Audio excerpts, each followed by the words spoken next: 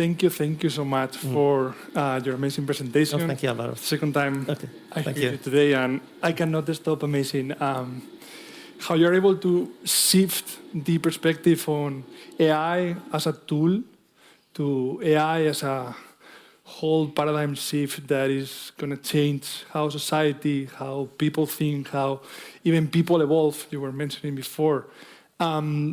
Given the audience, we have a lot of people managing companies, we have a lot of people managing capital, we have a lot of families with kids. If it is okay for you, I'd like to structure the dozens of questions that we've been receiving in 3 groups. Okay. One is, what is, for us on this, how AI has to change our day-to-day? I want to make it super practical. Yeah. Those are most of the questions is, hey, how do I change tomorrow? Group number 2, many people trying to dive deeper on how AI is going to change the fabric of society and the connection in between the different countries, the geopolitics, where's going to be the power residing in the next 10, 20 years. I know it's difficult to forecast beyond even a few months, but let's try to do it. And then I want to end the session with very practical advice. On Monday, what do we need to do after we assimilate all this? So if you don't mind, we start with the first one. Sorry, I want to get the questions. Let's start with the first one, with leaders want to understand. One principle about people, if everyone have to remember 3 things of everything that you said, from your book and from the presentation, what would they be? What would they be? One for people, one about strategy, and one about risks. Yeah. The first one is artificial intelligence is an incredible tool. You can use it today as an ally, as a partner, to be able to make your job substantially better if you use it properly. The second one is you have to be proactive.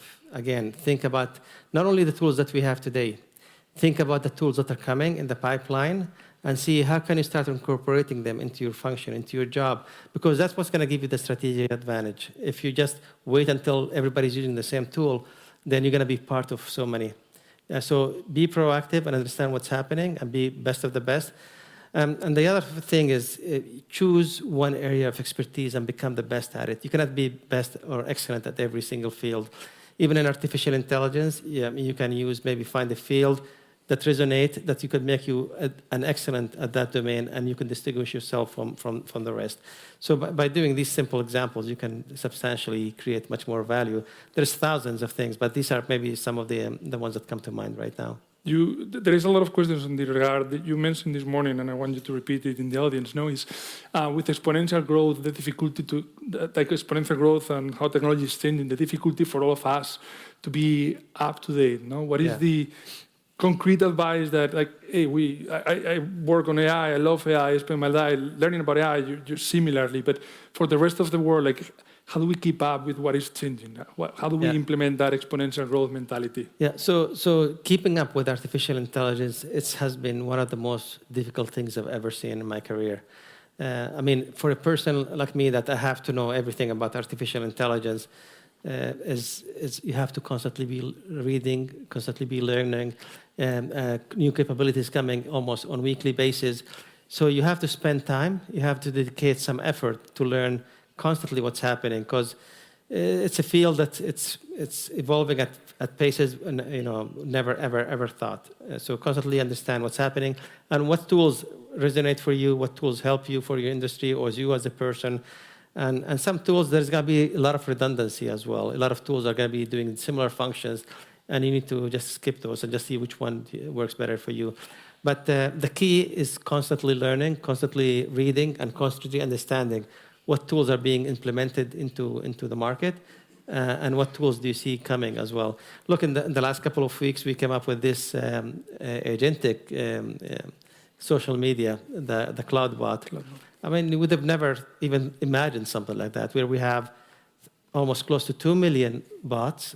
So social media of agentic systems working together, interacting. And they decided they want to learn, they want to create a new language, because humans, they don't want humans to understand what they're saying. And they could create a language that's faster than the language humans are doing. They created religions, they created followers, and even in the last few days, they created platforms for agentic systems to date each other and learn from each other and being able to advance and mature and progress to the next phase.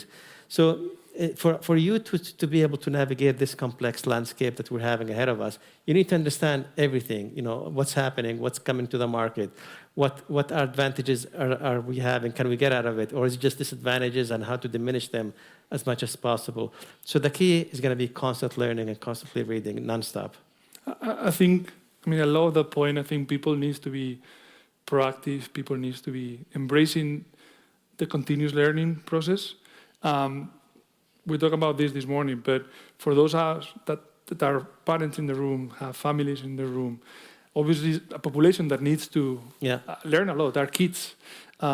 It is impossible to forecast, again, what's going to be 5 years, 10 years, the world from now. Yeah. My kids are 4 and 7. Like, how do I prepare them for the world? Yeah.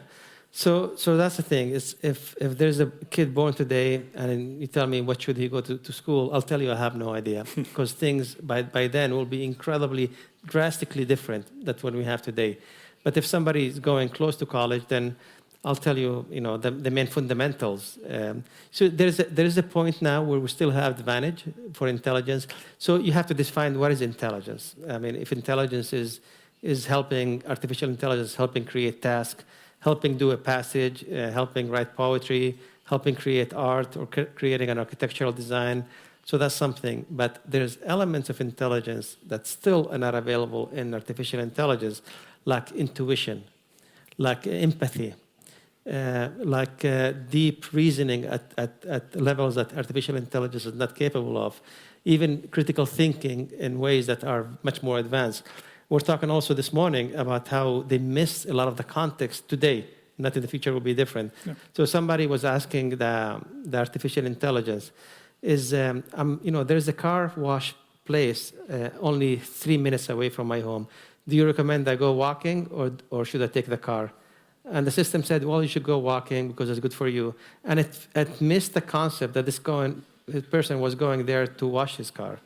So we still have these nuances that they're not at the level of humans that we can have that. So amplify all these capabilities that I mentioned that will always keep us advantageous and keep us more relevant in the short term before these systems become incredibly advanced at every single domain. And when that happens, Augusto Lucioni sends a very good question. This one is, when AI excels also at the structure, well, right now excels at structural reasoning, and we humans still have creativity and lateral thinking. Do you see the AI industry pushing for the AI models, for the AI system to also take on these capabilities that we as humans, we still excel over? Like innovation? Yeah, so they've done multiple studies, actually, and they broke groups into two portions. They brought humans, and they put artificial intelligence systems on one side. And they gave them different things like rope on a box or 3 or 4 components. And they told both groups to create something innovative and creative out of that. Artificial intelligence created a substantially higher number of innovative solutions, but the ones that humans created were much deeper, much more complex. So we still have an advantage as humans in terms of creativity. But if you're doing something creative and you ask multiple systems, they give you ideas I guarantee you haven't even considered. So use it as an ally, because right now, even for creativity, it's not at the level of humanity. You have much more advantage as human in terms of doing much more deep creativity and innovation levels. But don't forget to use it, because it's going to give you, for sure, perspectives and ideas and concepts you have not evaluated and considered when you were trying to do this exercise. And closing the topic on teaching, mentorship, human abilities, do you still believe that in 5-10 years from now, this is a question for the audience, human involvement in domains like this, education and mentorship, could be still an advantage, could be detrimental? Should we still have humans professors in the school? Like, what are your thoughts on? Yeah. No, so again, it comes to phases. In the short term, there's certain things we need to do, and the longer term is completely different terms we need to do. In the shorter terms, we still need, like we talked in the discussion, is we need to reevaluate what curriculums not only in how we deliver them, how we update them, but also what topics needs to be discussed and taught to the future generations that makes more sense. Maybe you can go a little bit to individualized education. We're talking about individualized medicine, but individualized education could be also a component of help. So in the longer term, in the longer run, now it's a whole different story. But what we need to concentrate right now is in the next phase, where we can work hand in hand. There's a synergy between complementarity between artificial intelligence and humans, and we can use it to adapt and create and distinguish what are humans better at than artificial intelligence, and what is artificial intelligence good at, and then being able to understand which entity takes that role or that role, and work collectively to create whatever we need to create. There was an author that I read yesterday that said that for many years, humans that were able to think like machines, computer science, were very well paid. Now computers are taking over completely their jobs, because now computers are also very good thinking. Many of the questions of the audience are around that one. What professions, someone mentioned architecture, someone mentioned medicine, what professions do you see more at risk?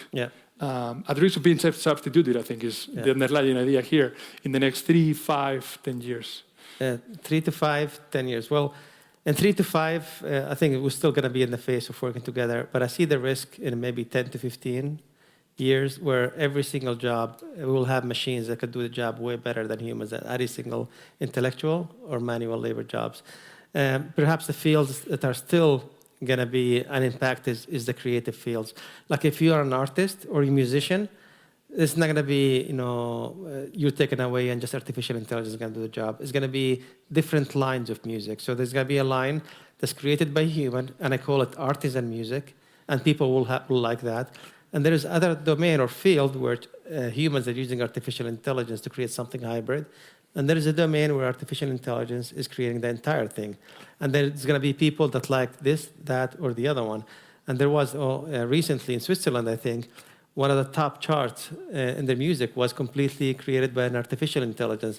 So that tells you domains like this, like art, music, elements like this, they will not be diminishing or changing, but they will be creating new permutations of these jobs, and each one of them will have customers that will be interested in. And these deep economic changes, in your opinion, and talking about geopolitics, are they going to open the gap in between AI countries, not AI countries, in between rich countries and poor countries? How do you think about like this world evolving forward with all these economic changes? Yeah, so you have to consider also that in the world we have 7.8 almost now billion people, and I would say close to 2 billion people don't have access to internet.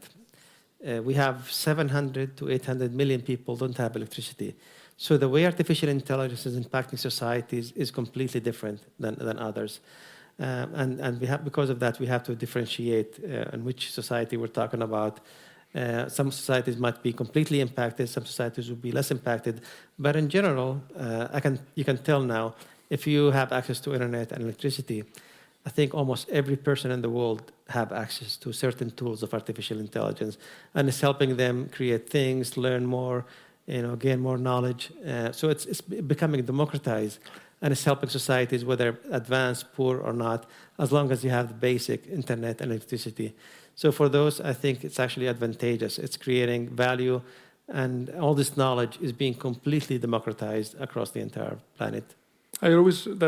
The reason why I created Lucia is to get everyone to not fall behind. No? Hopefully I succeed on that mission. But something that I keep coming back is to the idea that the new tools keep being more and more expensive. You were talking before about OpenClaw or Cloudboot, and running one of those things today is hundreds of euros per day if you're using it 100% of the potential. Like, how are we going to be able to bring that down, to everyone? No? How do we close that gap, and we don't let people run away with those super powerful tools and others fall completely behind? No, there's always a risk of that happening. But also there is now open source models that you can download on your laptop, and you don't have to pay tokens or pay anything. Yeah. And actually, it could be even safer because you can train them on your data, And it's more secure, it's more safe, especially for certain applications.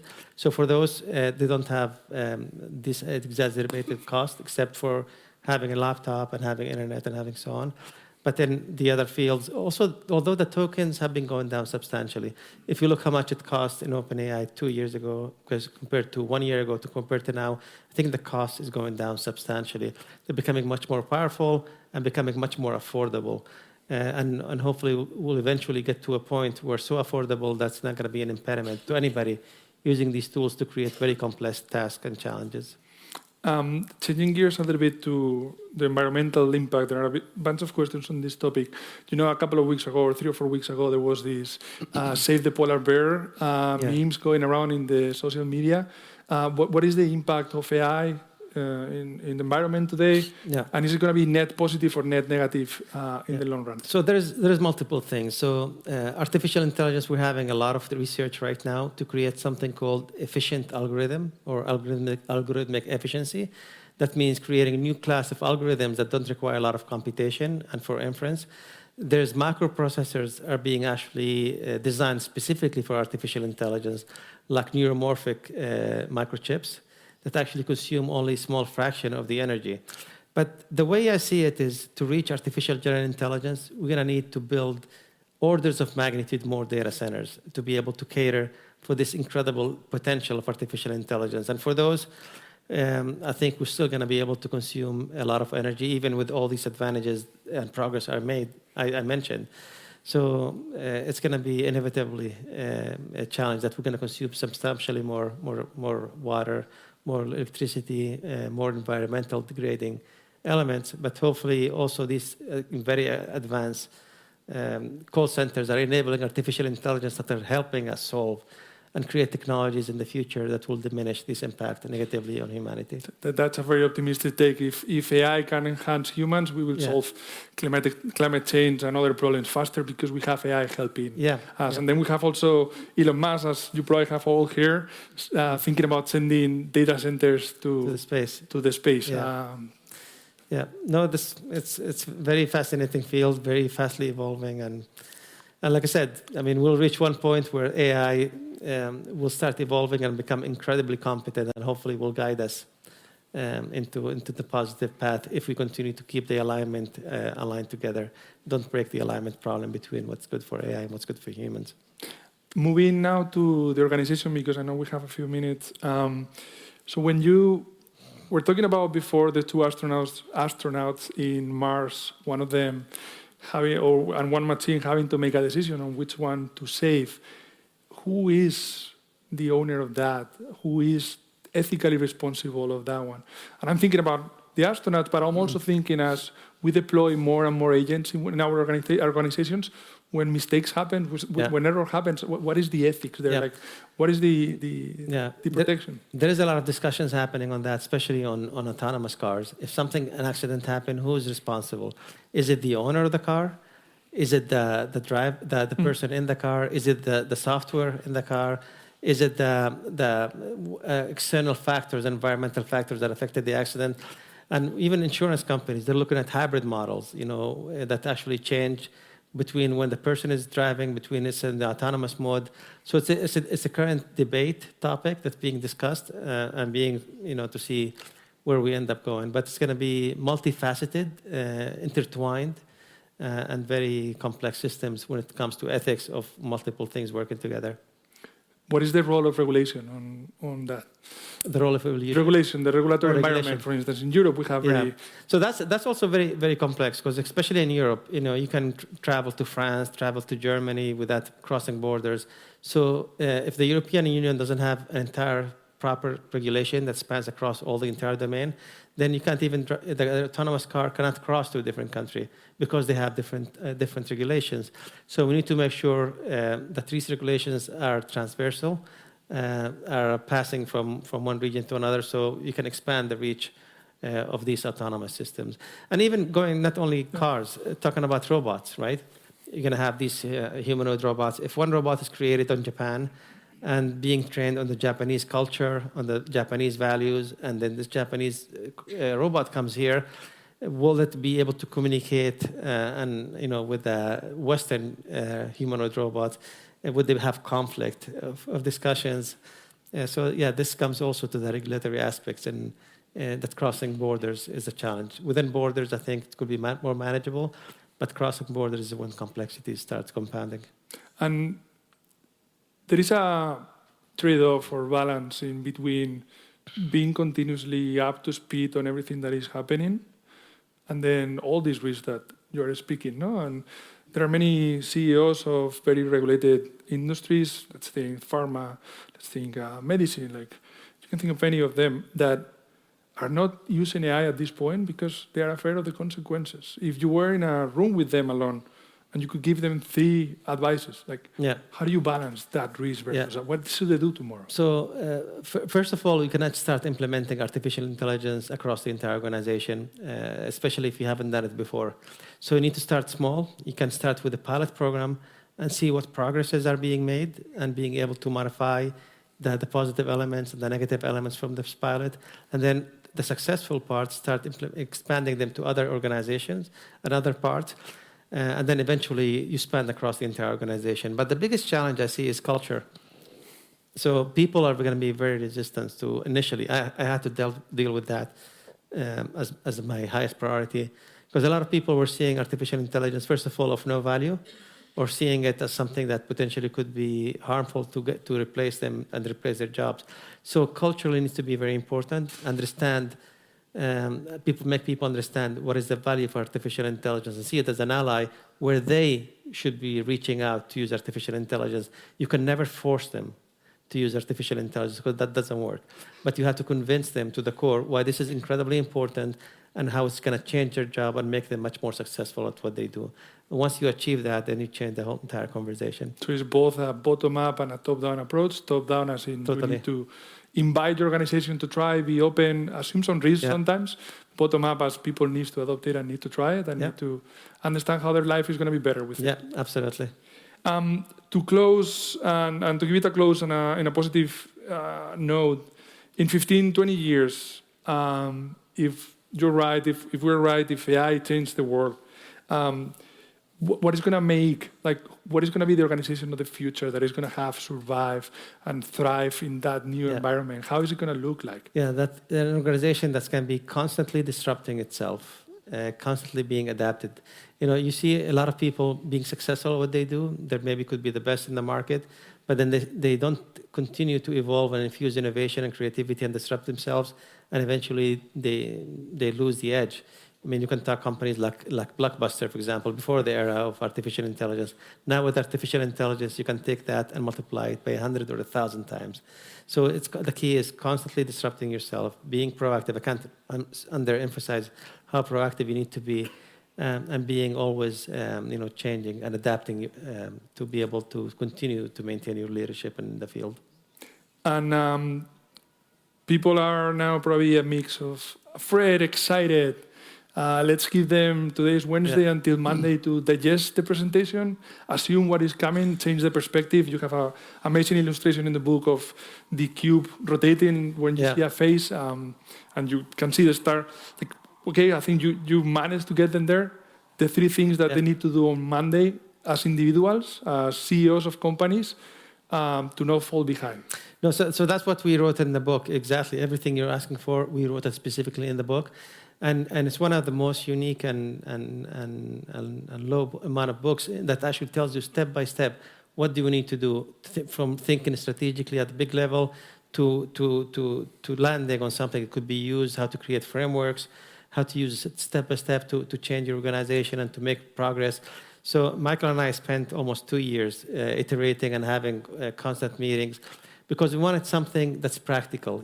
There's a lot of books on the topics in the field, but this one is very, very practical, that anybody that goes through it is going to be able to be much, much more successful and being able to change the organization, the company, and create more value and be more successful in this incredible wave of technological transformation. I recommend everyone to buy and read the book. I think it's an amazing manual to change your organizations and actually to change how you operate in your day-to-day. It goes from the very basic to incredible frameworks. Omar, thank you so much for the presentation. It has Thank been you. an amazing honor to be here with you and learn from you. Congratulations on the new book, and I'm looking forward to see that future society happening. Thank you very much, and thank you, Maria, and thank you, Fundación del Pino, for this incredible hospitality and inviting us to be here with you. And I invite you also to keep listening, to keep reading about different people, different perspectives, different ideas. Everything you see, it's one perspective, one point. And the more, when you talk to 10 people, to 100 people, you will have an incredibly cognitive complexity of thinking that makes you evaluate all the scenarios going to be ahead of us, not only the ones from my perspective, but from tens and tens of amazing people in the field. So again, thank you very much for your time, for your attention, and I appreciate you being here.